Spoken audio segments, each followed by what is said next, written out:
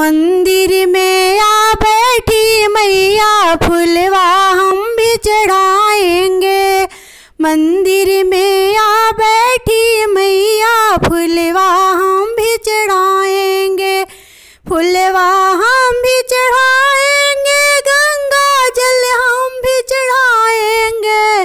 मंदिर में आ बैठी मैया फुलवा हम भी चढ़ाएंगे।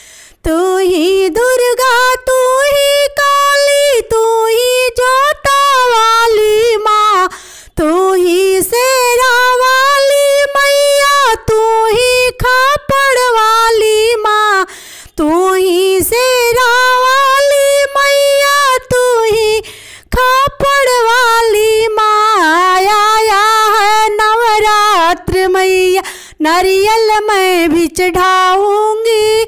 आया है नवरात्र मैया, चुंदरी मैं भी चढ़ाऊंगी।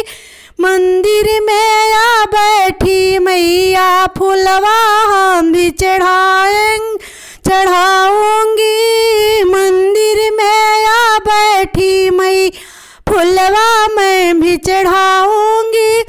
फुलवा मैं भी चढ़ाऊंगी, माँ जलवा मैं भी चढ़ाऊंगी।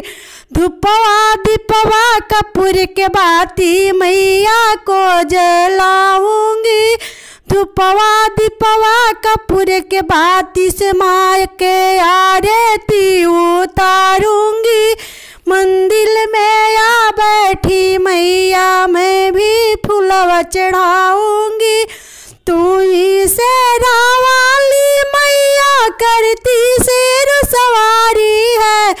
तू ही बाघम वाली मैया, करती बाघ सवारी है।